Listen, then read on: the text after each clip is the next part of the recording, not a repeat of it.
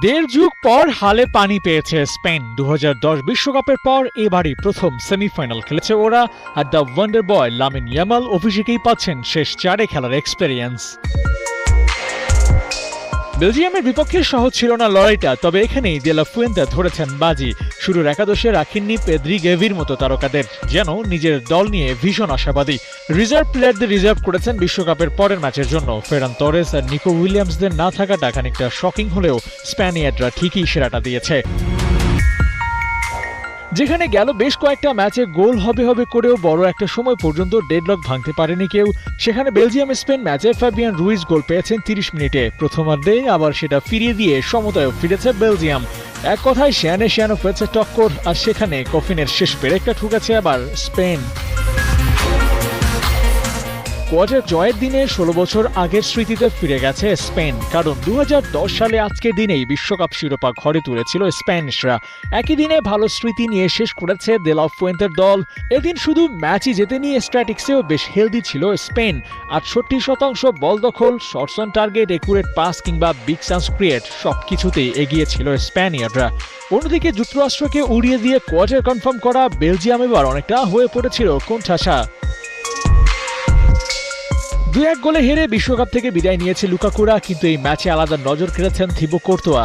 Lamine ইয়ামালের free kick ঠেকানোর পাশাপাশি 1-2-1 অ্যাটাকটাও ফিরিয়ে দিয়েছেন তিনি, কিন্তু চোট পেয়ে ছাড়তে হয় ম্যাচ। আর এরপরই মিকেল মেরিনো করেছেন জয় সূচক সেই গোলটা, কিন্তু এক্সপেরিয়েন্সড কোর্তোয়া থাকলে হিসেবটা বদলে যেত অনেকখানি, কিন্তু সেটা আর হয়নি। তিনি না থাকলে যে দল বিপদে পড়তে পারে সেই আশঙ্কা নিয়েই চোখে পানি নিয়ে মাঠ ছেড়েছেন থিবো। বেলজিয়ামকে উড়িয়ে দিয়ে শেষ চারে ফ্রান্স পেয়েছে স্পেনকে। লামিন বনাম এমবাপ্পে লড়াইটা ক্লাবের পর জাতীয় দলেও দেখা যাবে, আর এটা ওয়ান চান্স টু উইন স্টেজে, তাই সেমিফাইনাল নামের ম্যাচের বাইরেও আলাদা উত্তাপ ছড়াবে এটি। ডু অর ডাই ম্যাচে লামিন নাকি এমবাপ্পে, কে হাসবেন শেষ হাসি? আবু নাইম, 71। বিশ্ব চ্যাম্পিয়ন আর্জেন্টিনাকে খাঁচায় বন্দি করতে সুইজারল্যান্ড নাকি তৈরি করেছে গোপন ফর্মুলা। অনুশীলনে চলছে লাল কার্ডের ধাক্কা সামলানোর মাস্টার প্ল্যান, সেই সাথে দিনরাত চলছে পেনাল্টি শুট আউটের প্রস্তুতি। সুইস কোচ মুরাত ইয়াকিনের এই অদ্ভুত কৌশলেই কি থামবে আলবিসেলেস্তেদের জয়রথ, নাকি ক্যানসাস সিটিতে সব ছক স্রেফ পায়ের জাদুতে উড়িয়ে দেবেন মহাতারকা লিওনেল মেসি? বিশ্ব চ্যাম্পিয়নদের শেষ 2 ম্যাচের পারফরমেন্স মনোবল বাড়িয়ে দিয়েছে সুইজারল্যান্ডের। তাই তো কোচ মুরাত ইয়াকিন বড় গলায় আসার কথা শুনিয়েছেন। আর্জেন্টিনাকে হারানোর সামর্থ্য রাখে তার দল। দলটির বড় তারকা গ্রানিত শাকাও মুখিয়ে আছেন বিশ্বের সেরা ফুটবলার লিওনেল মেসির বিপক্ষে নামার। যখন সাফল্য হাতছানি দিয়ে ডাকে, তখন নাকি ক্ষুধাটাও বেড়ে যায় অনেক। সুইস অধিনায়ক অবশ্য বৃহস্পতিবারের অনুশীলনে অনেকটা ঢিলে ঢালা মেজাজেই ছিলেন। মূল গোলরক্ষক গ্রেগর কোবেল সহ বাকিদের নিয়ে গোলরক্ষক কোচ দীর্ঘক্ষণ কঠোর অনুশীলন করালেন। মেসি, মার্তিনেজ, আলভারেজদের আক্রমণ সামাল দিতে হবে তাকেই।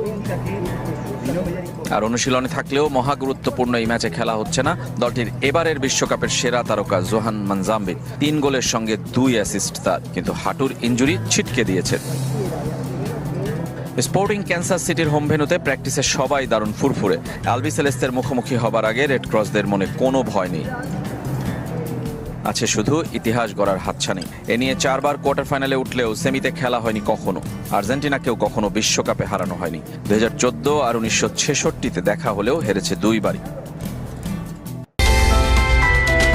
গোল্ডেন বয়ের পায়েই তো মানায় গোল্ডেন বুট। 39 বছর বয়সী লিওনেল মেসির পিছু নিয়েছে বলা যায় ম্যাজিশিয়ানের ঘাড়েই নিঃশ্বাস ফেলছে এমবাপ্পে আর হালান্ড। বিশ্বকাপে ত্রিমুখী লড়াইটা জমে ক্ষীর। বৃহস্পতিবার রাতেই কি মেসিকে ছুঁয়ে ফেলবেন, নাকি একাধিক গোল দিয়ে টপে উঠবেন কিলিয়ান এমবাপ্পে? মেসি ভক্ত তপু বর্মন চান তাল হারাক ফ্রান্স তারকা। আমি তো চাই এমবাপ্পে যেন গোল না দেয়। আমি মনে করি যে ব্যাটলটা আপনি 39 years old plus 26-7 years old, এই যে একটা ফাইটিং ব্যাটল চলছে ওয়ার্ল্ড কাপে। আমার কাছে মনে হয় যে একটা ইন্টারভিউ দেখলাম, এমবাপ্পেকে জিজ্ঞেস করে হলো যে 4 জনে আপনারা একটা টপ স্কোরিং পজিশনে আছেন, who is the best? Undoubtedly Mbappe বলছে মেসি মেসি মেসি 20 বছরে ষষ্ঠ বিশ্বকাপে সবচেয়ে বেশি ম্যাচ বেশি গোলের রেকর্ডও লিওনেল মেসির। 22 ট্রফি জেতার পর অনেকেই ভেবেছেন জাতীয় দলের জার্সি হয়তো তুলেই রাখবেন LM10। কে ভেবেছিল 26-এ আরো ধারালো হয়ে ফিরে প্রতি ম্যাচে গোল দিয়ে এমবাপেদের চাপে ফেলবেন জাদুকর মেসি। এমবাপ্পের ঘুম আরাম হয় মেসির জন্য, তার কাছে এমবাপ্পে কিছুই না। Who is the god? Only Messi. এই বুড়া মেসি অন টপ টাইম এমবাপ্পের কম্পিটিটর, আর কি বলার আছে? বয়স যে কেবল সংখ্যা ভালোভাবেই প্রমাণ করছেন। উদাহরণ হয়ে রবেন লিওনেল মেসি। অনেকেই বলে সুপার কম্পিউটারও হার মানবে মেসির মাথার কাজে। কিভাবে এই বয়সেও সবার চেয়ে আলাদা আর্জেন্টিনার পোস্টার বয়? লাস্ট ওয়ার্ল্ড কাপে যদি দেখেন সে হয়তো লিঙ্ক আপে স্ট্রাইকার ছিল, মিডফিল্ডারদের সাথে তার একটা বেশি কানেক্ট ছিল, বাট এখন যেটা হচ্ছে সে তার খেলার পরিবর্তনের কারণে সে দেখবেন যে বেশি একটা রান করে না, বাট মেইন মুভমেন্টগুলিতে সে পার্টিসিপেট করে। প্রত্যেকটা গোল অপরচুনিটিতে সে কিন্তু তার পজিশনে চলে যায়।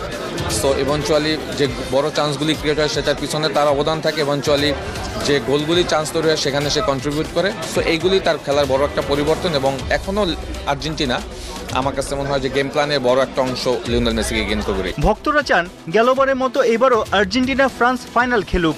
মেসি এমবাপ্পের ব্যক্তিগত লড়াইটাও শেষ দিন পর্যন্ত চলুক। সাইফুল রূপক, 71। জিম্বাবুয়ের বিপক্ষে প্রথম 2 ওয়ানডেতে হেরে ইতোমধ্যে সিরিজ হাতছাড়া বাংলাদেশের। তবে শেষ ম্যাচটি এখন শুধুই আনুষ্ঠানিকতা নয়, বরং মান বাঁচানোর লড়াই। 3 ম্যাচের সিরিজে হোয়াইট ওয়াশ এড়াতে হলে শেষ ওয়ানডেতে জয়ের কোনো বিকল্প নেই। সেই লক্ষ্য সামনে রেখে একাদশে একাধিক পরিবর্তন দেখা যেতে পারে। ইনজুরির কারণে মুস্তাফিজুর রহমান ছিটকে যাওয়ায় তার জায়গায় স্কোয়াডে যুক্ত হয়েছেন মোহাম্মদ সাইফুদ্দিন। একই সঙ্গে ওপেনিংয়েও পরিবর্তনের সম্ভাবনা রয়েছে। সব হিসাব মিলিয়ে দেখে নেওয়া যাক সিরিজের শেষ ওয়ানডেতে কেমন হতে পারে বাংলাদেশের সেরা একাদশ। ওপেনিংয়ে তানজিদ তামিমের জায়গা পাকা। গেল ম্যাচে 50 হাঁকানো এই ব্যাটারকে এবার আরো বড় দায়িত্ব নিতে হবে। তবে জায়গা হারাতে পারেন আরেক ওপেনার সৌম্য সরকার। প্রথম 2 ম্যাচে ব্যাটিং ব্যর্থতার পর টিম ম্যানেজমেন্ট নতুন কাউকে সুযোগ দিতে পারে। তামিমের সঙ্গী হিসেবে দেখা যাবে সাইফ হাসান কিংবা পারভেজ হোসেন ইমনকে। লিটনের বদলি হিসেবে জায়গা পাওয়া ইমন খানিকটা এগিয়ে থাকবেন।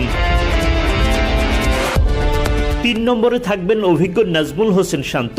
এই বাঁহাতি ব্যাটারের কাছ থেকে বড় ইনিংসের প্রত্যাশা থাকবে বাংলাদেশ দলের, যেটা আগের 2 ম্যাচে করে দেখাতে ব্যর্থ হন তিনি। 4 নম্বরে তাওহিদ হৃদয়, মিডল অর্ডারের অন্যতম ভরসা হৃদয়। গেল ম্যাচে 50 পেলেও শেষ পর্যন্ত টিকে থাকতে পারেননি। এবার উইকেটের থিতু হলে সেই ভুল করতে চাইবেন না তিনি। মোসাদ্দেক হোসেন সৈকতকে এবার চেনা রূপে ফিরতে হবে। ভালো ব্যাটিংয়ের সঙ্গে কয়েক ওভার বলও করতে পারবেন মোসাদ্দেক, যা দলের ভারসাম্য বাড়াবে। অধিনায়ক মেহেদী হাসান মিরাজের ওপরও বড় চাপ। ব্যাট ও বল 2 বিভাগেই তার দায়িত্ব থাকবে সবচেয়ে বেশি।